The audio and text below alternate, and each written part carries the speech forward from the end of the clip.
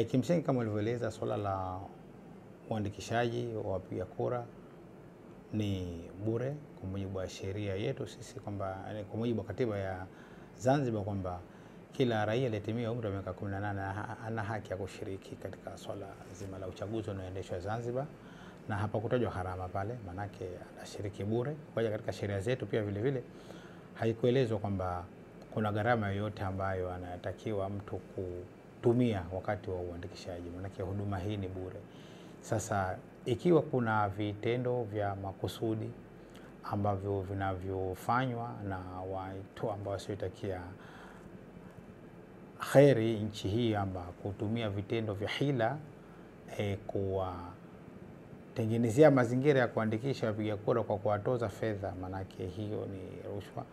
Au wengine wanakuwa kama watawazuia watu kwa kuwapa fedha kwamba wasiende kujiandikisha. Hicho ni miongoni mwa kiashiria cha rushwa, kwamba anaweza kumpa mpiga kura kwa sababu anajua mpiga kura huyu akienda kujiandikisha pengine anaweza kumpigia kura chama fulani ambacho yeye hakipendelea, anaweza. Kwa hiyo kama akitumia fedha itakuwa ni miongoni mwa hivyo viashiria vya rushwa. Au wakati wa uandikishaji baada ya kukamilika, kuna watu wanakuwa wanapewa hasa hivyo vitambulisho. Sasa ikiwa kuna watu watatumia mlango ama vyeo vyao na nafasi zao wakaamua kuvinunua vile vitambulisho kwamba wale watu wasiende kushiriki kwa sababu kashajiandikisha, lakini mwisho wa siku baada ya kujiandikisha anatakiwa kashiriki katika uchaguzi. Kwa hiyo kitendo cha kukinunua kile kitambulisho au kuzuia, manake ni kiashiria cha rushwa hicho, na kinamfanya yule mpiga kura asiweze kwenda kushiriki tena katika uchaguzi ambao unatarajiwa kuendeshwa kwa ajili ya kuchagua viongozi wake.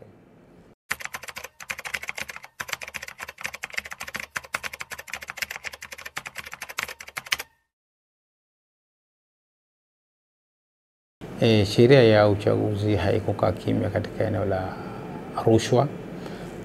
Kifungu cha 130 kimeeleza bayana kabisa swala zima la rushwa.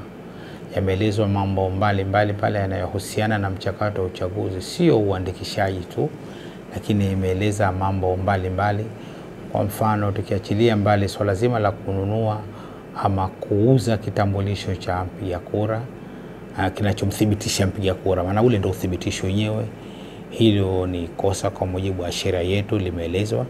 Lakini pia vile vile wale waomba nafasi za ajira pia wameelezwa. Kuna watendaji wa muda wale ambao wanaomba nafasi za kazi, ikiwa watatumia nafasi zile kwa kutumia fedha kuzipata nafasi zile, vyeo vile, itakuwa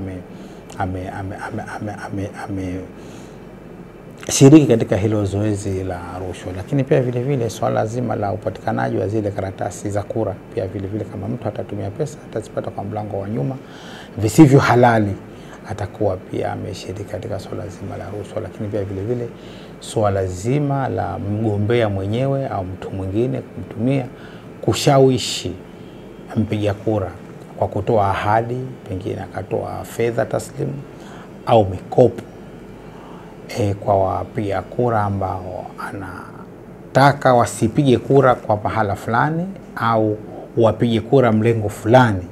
Kwa hiyo hilo ni zoezi la pia kwamba linaonyesha kwamba ameshiriki katika swala zima la rushwa.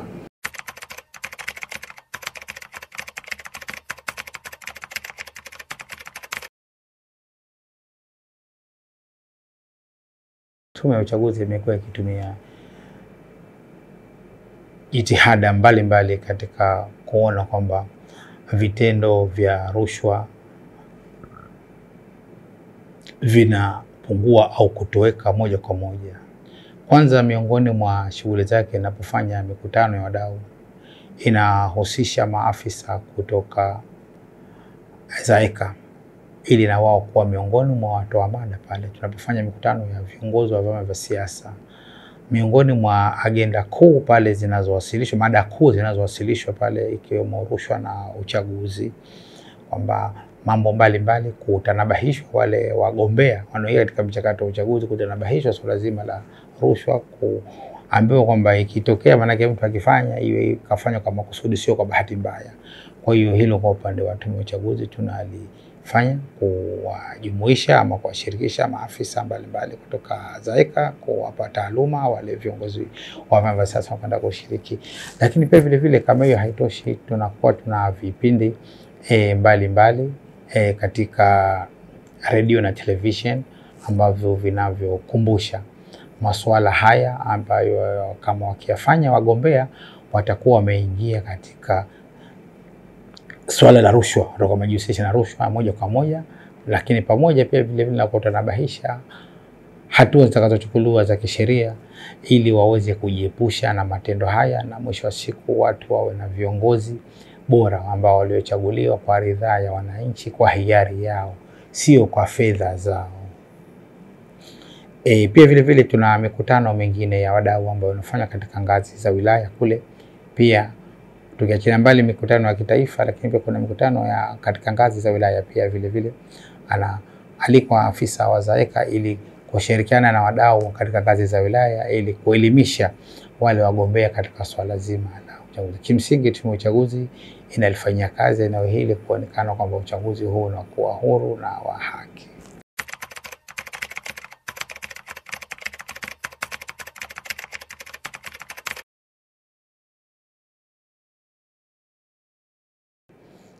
Asante. Kama tulivyoeleza awali kwamba tumesema tuna mikutano ya kawaida ile ya kitaifa na kiwilaya, tutaendeleza mashirikiano yale, lakini pia vile vile tutakuwa tukifanya vipindi vya radio na television, vipindi vya pamoja ili kuwapa maarifa wagombea na wananchi kwa ujumla kuweza kujiepusha asijakaingia makosani pasina kujua au kwa kujua.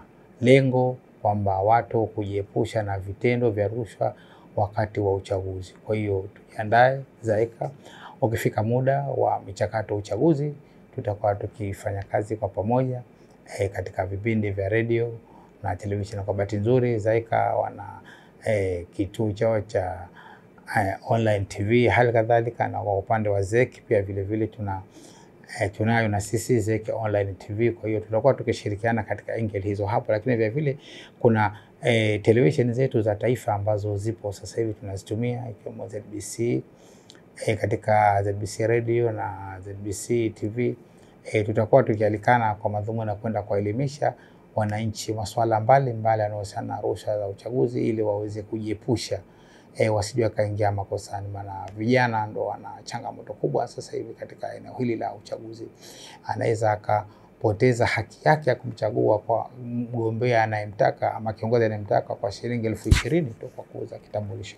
Kwa hiyo tunataka tuwe na uelewa wa pamoja, wananchi pamoja na wapiga kura kwa ujumla. Kwa hiyo tutegemee kwamba kuwa na mashirikiano, kuboresha mashirikiano yapo baina ya ZAECA na tume ya uchaguzi. Kwa hiyo tuendelee kuyaboresha zaidi na zaidi ili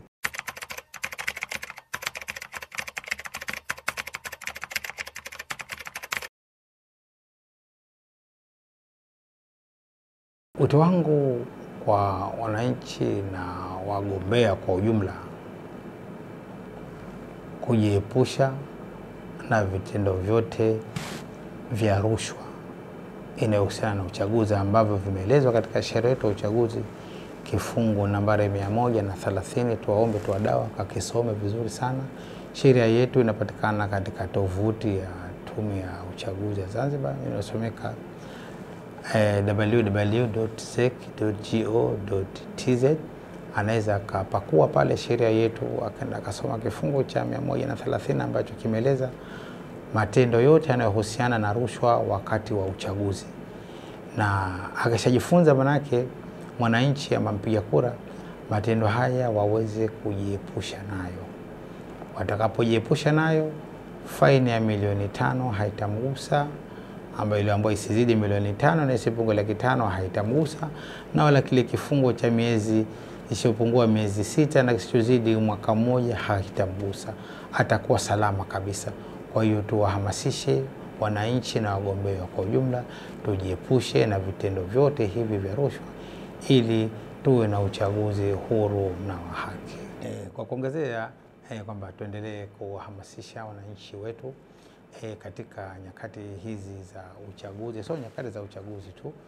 Elimu hii inatakiwa ipatikane na wananchi kabla ya uchaguzi, wakati wa uchaguzi na baada ya uchaguzi. Tutakapoelimisha elimu hii kabla ya uchaguzi, manake ukifika ule wakati wa uchaguzi hawataweza, manake watakuwa na elimu ya kutosha. Manake wakati huu sasa hivi ndio wakati sahihi wananchi wetu kupata taaluma kuhusiana na mambo mbalimbali yanayohusiana na mchakato wa uchaguzi, yakiwemo mambo yanayohusiana na rushwa ya uchaguzi, ili ukifika wakati wa uchaguzi ndio pale, wakati wa uteuzi pale, wakati wa kampeni pale, uchaguzi wenyewe pale, na kwenda kutangaza matokeo. Kwa hiyo akifika kule, wananchi kama watakuwa na elimu ya kutosha, basi wanaweza kujiepusha na mambo haya, wakawa salama kabisa, usiingie matatani.